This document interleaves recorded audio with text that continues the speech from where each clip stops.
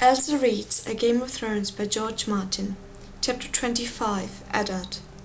Lord Aaron's death was a great sadness for all of us, my lord, Grand Maester Pycelle said. I would be more than happy to tell you what I can of the manner of his passing. Do be seated. Would you care for refreshments? Some dates, perhaps? Take 2. Elza reads A Game of Thrones by George Martin. Chapter 25, Eddard. Lord Aaron's death was a great sadness for all of us, my lord, Grand Maester Pycelle said. I would be more than happy to tell you what I can of the manner of his passing. Do be seated. Would you care for refreshments? Some dates, perhaps? I have some very fine persimmons as well. Wine no longer agrees with my digestion, I fear, but I can offer you a cup of iced milk, sweetened with honey. I find it most refreshing in this heat. There was no denying the heat. Ned could feel the silk tunic clinging to his chest. Thick, moist air covered the city like a damp wool blanket, and the riverside had grown unruly as the poor fled their hot, airless barrens to jostle for sleeping places near the water, where the only breath of wind was to be found. That would be most kind, Ned said, seating himself. Pycelle lifted a tiny silver bell with thumb and forefinger and tinkled it gently. A slender young serving girl hurried into the cellar. Iced milk for the king's hand and myself, if you would be so kind, child, well sweetened. As the girl went to fetch their drinks, the Grand Maester knotted his fingers together and rested his hand on his stomach. The small folk say that the last year of summer is always the hottest. It is not so, yet oft times it feels that way, does it not? One day is like this. I envy you northerners your summer snows. The heavy jewelled chain around the old man's neck chinked softly as he shifted in his seat. To be sure, King Maker's summer was hotter than this one, and near as long. There were fools even in the citadel who took that to mean that the great summer had come at last, the summer that never ends, but in the 7th year it broke suddenly, and we had a short autumn and a terrible long winter. Still the heat was fierce while it lasted. Old Town steamed and sweltered by day and came alive only by night. We would walk in the gardens by the river and argue about the gods. I remember the smells of those nights, my lord. Perfume and sweat, melons ripe to bursting, peaches and pomegranates, nightshades and blue moon. I was a young man then, still forging my chain. The heat did not exhaust me as it does now. Pycelle's eyes were so heavily lidded he looked half asleep. My pardons, Lord Eddard. You did not come here to hear foolish meanderings of a summer forgotten before your father was born. Forgive an old man his wanderings, if you would. Mine are like swords, I do fear. The old ones go to rust. Ah, and here is our milk. The serving girl placed a tray between them, and Pycelle gave her a smile. Sweet child, he lifted her cup, tasted, nodded. Thank you, you may go.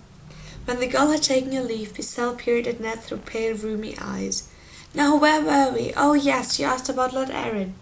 I did. Ned sipped politely at the iced milk. It was pleasantly cold, but oversweet to his taste. If truth be told, the hand had not seemed quite himself for some time, Pycelle said. We had sat together on council many a year, he and I, and the signs were there to read, but I put them down to the great burdens he had borne so faithfully for so long. Those broad shoulders were weighed down by all the cares of the realm, and more besides. His son was very sickly, and his lady wife so anxious that she would scarcely let the boy out of her sight. It was enough to weary even a strong man, and the Lord John was not young. Small wonder if he seemed melancholy and tired, or so I thought at the time, yet now I am less certain. He gave a ponderous shake of his head. What can you tell me of his final illness?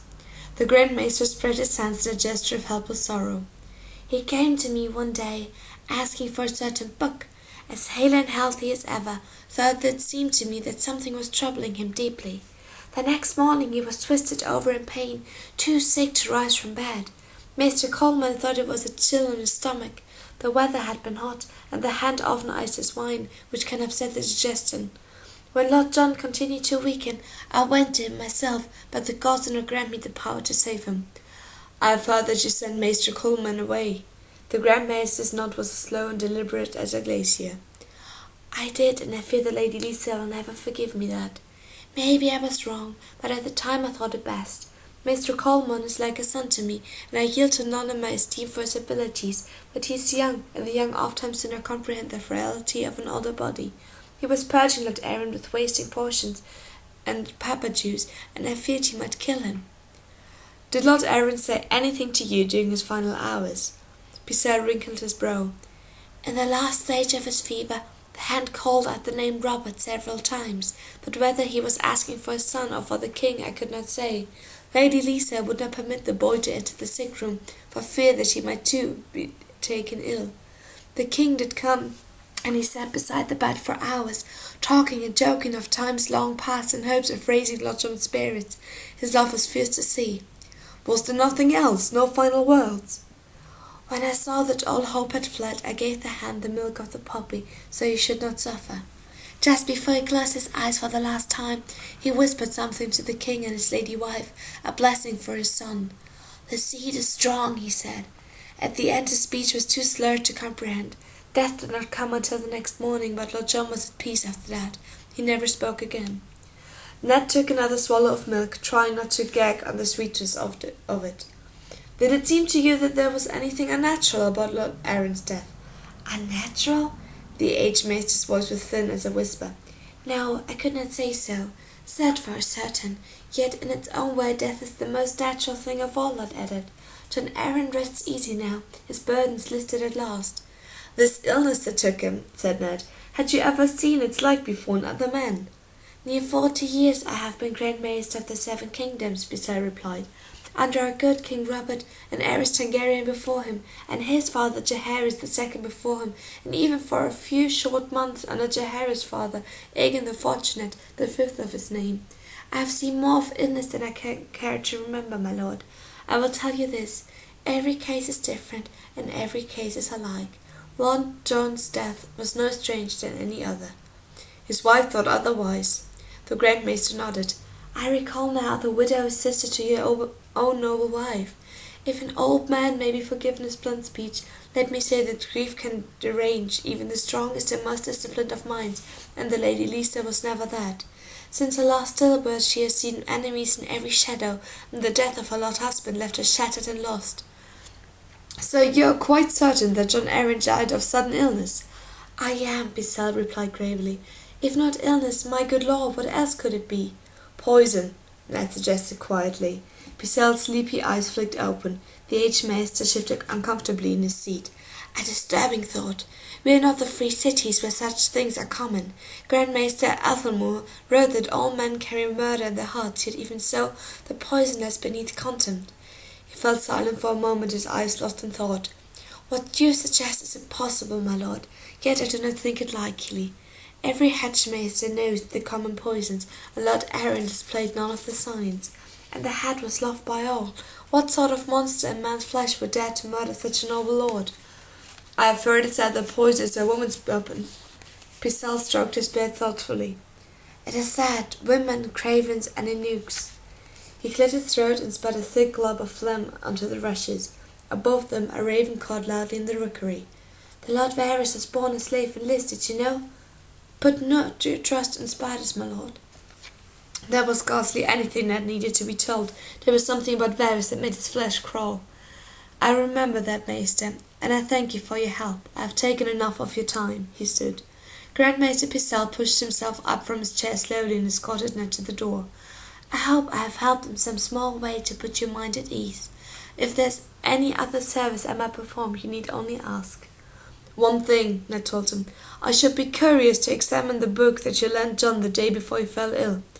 I fear you would find it of little interest, Pycelle said. It was a ponderous tome by Grand Maester Malone on the lineages of the great houses. Still, I should like to see it. The old man opened the door. As you wish, I have it here somewhere. When I find it, I shall have it sent to your chamber straight away. You have been most courteous, Ned told him. Then, almost as an afterthought, he said, One last question, if you would be so kind. You mentioned that the king was at Lord Aaron's bedside when he died. I wonder, was the queen with him? Why, no, Pycelle said. She and the children were making the journey to Castle Rock in company with her father. The Tywin had brought a retinue to the city for the tourney on Prince Joffrey's name day, no doubt hoping to see his son Jaime win the champion's crown. In that he was sadly disappointed. It fell to me to send the queen word of Lord Aaron's sudden death. Never have I sent off a bird with heavier heart. Dark wings, dark words, Ned murmured. It was a proverb old Nan had taught him as a boy. So the fifth wives say, Grand Maester Pycelle agreed. But we know it's not always so. When Maester Lewin's bird brought the word about your Bran, the message lifted every true heart in the castle, did it not? As you say, Master. The gods are merciful, Pycelle bowed his head. Come to me as often as you like, Lord Eddard. I am here to serve. Yes, Ned thought as the door swung shut. But whom? On the way back to his chambers he came upon his daughter Ira on the winding steps of the Tower of the Hand, windmilling her arms as she struggled to balance on one leg. The rough stone had scuffed her bare feet. Ned stopped and looked at her. Ira, what are you doing? Syria says a water dancer can stand on one toe for hours. Hands flayed at the air to steady herself. Ned had to smile. Which toe? He teased. Any toe, Ira said, exasperated with the question. She upped from her right leg to her left, swaying dangerously before she regained her balance. Must you do you standing here? He asked. It's a long, hard fall down these steps. Syria says a water dancer never falls. She lowered her leg to stand on 2 feet. Father, will Bran come and live with us now? Not for a long time, sweet one, he told her. He needs to win his strength back. Ira bit her lip. What will Bran do when he's of age? Ned knelt beside her. He has years to find that answer, Ira. For now it is enough to know that she will live. The night the bird had come from Winterfell, Eddard Stark had taken the girls to the castle Godswood, an acre of elm and alder and black cottonwood overlooking the river. The heart tree there was a great oak, its ancient limbs overgrown with smokeberry vines. They knelt before it to offer their thanksgiving, as if it had been a weirwood. Sansa drifted to sleep as the moon rose, Ira several hours later, curling up in the grass under Ned's cloak. All through the dark hours he kept his vigil alone. When dawn broke over the city, the dark red blooms of dragon's breath surrounded the girls where they lay. I dreamt of Bran, Sunset whispered to him. I saw him smiling. He was going to be a knight, Ira was saying now. A knight of the King's Guard. Can he still be a knight? No, Ned said. He's only used to lying to her. Yet some day he might be the lord of a great holdfast and sit in the King's Council. He might raise castles like Bran the Builder, or sail a ship across the sunset sea, or enter your mother's faith and become the High Septon. But he will never run beside his wolf again, he thought with a sadness too deep for words, or lie with a woman or hold his own son in his arms. Ira cocked her head to one side. Can I be a king's counsellor and build castles and become the High Septon? You, Ned said, kissing her lightly in the brow, will marry a king and rule his castle, and your sons will be knights and princes and lords, and yes, perhaps even High Septon. Ira screwed up her face. No, she said. That's Sansa. She folded up her right leg and resumed her balancing. Ned sighed and left her there. Inside his chambers he stripped off his sweat-stained silks and sluiced cold water off his head from the basin beside the bed. Ellen entered as he was drying his face. My lord, he said, Lord Baelish is without and begging audience. Escort him to my solar, Ned said, reaching for fresh tunic, the lightest linen he could find. I'll see him at once. Littlefinger was perched in the window seat when Ned entered, watching the knights of the King's Guard practice at swords in the yard below. If only old Salmy's mind were as nimble as his blade, he said wistfully, our council meetings would be a good deal livelier. Sir Barristan is as valiant and honourable as any man in King's Landing. Ned had come to have a deep respect for the aged white-haired Lord Commander of the King's Guard. And as tiresome, Littlefinger added, though I dare say he should do well in the tourney. Last year he unhorsed the hound, and it was only 4 years ago that he was champion. The question of who might win the tourney interested Eddard Stark not in the least. Is there a reason for this visit, Lord Peter, or are you here simply to enjoy the view from my window? Littlefinger smiled. I promised Cat I would help you in your inquiries, and so I have. That took Ned aback. Promise or no promise, he could not find it in him to trust Lord Peter Baelish, who struck him as too clever by half. You have something for me? Someone, Littlefinger corrected. 4 someones, if truth be told. Had you thought to question the hand servants? Ned frowned. Would that I could. Lady Arryn took her household back to the Eyrie. Lisa had done him no favour in that regard. All those who had stood closest to her husband had gone with her when she fled. John's maester, his steward, the captain of his guard, his knights and retainers. Most of her household, Littlefinger said. Not all. A few remain, a pregnant kitchen girl, hastily wed to one of Lord Renly's grooms, a stable hand to join the city watch, a pop boy discharged from service for theft, and Lord Arryn's squire. His squire! Ned was pleasantly surprised. A man's squire often knew a great deal of his comings and going. Sir Hugh of the Vale, Littlefinger named him. The king knighted the boy after Lord Aaron's death. I shall send for him, Ned said, and the others. Littlefinger winced. My lord, step over here to the window, if you will be so kind. Why? Come and I'll show you, my lord. Frowning, Ned crossed to the window. Peter Baelish made a casual gesture. There, across the yard, at the door of the armory, do you see the boy squatting by the steps, holding a sword with an oilstone? What of him? He reports to Varys. The spider's taken a great interest in you and all your doings. He shifted in the window seat. Now glance at the wall, farther west, above the stables. The guardsman leaning on the ramparts. Ned saw the man. Another of the news whisperers? No, this one belongs to the queen. Notice that he enjoys a fine view of the door to this tower, the better to know who calls on you. There are others, many unknown even to me. The red keep is full of eyes. Why do you think I had cut in a brothel?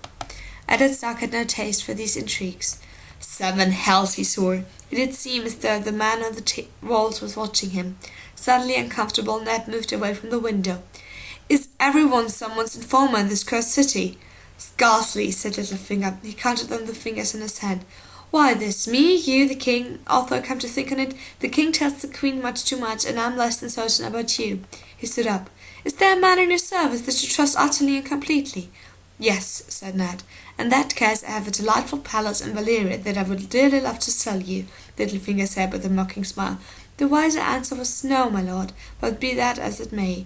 Send this paragon of yours to Sir Hugh and the others. Your own comings and goings will be noted, but even Varys the spider cannot watch every man in your service every hour of the day. He started for the door. Lord Peter, Ned called after him, I am grateful for your help. Perhaps I was wrong to distrust you. Littlefinger fingered his small, pointed beard. You are slow to learn, Lord Eddard. Distrusting me was the wisest thing you've done since you climbed down off your horse.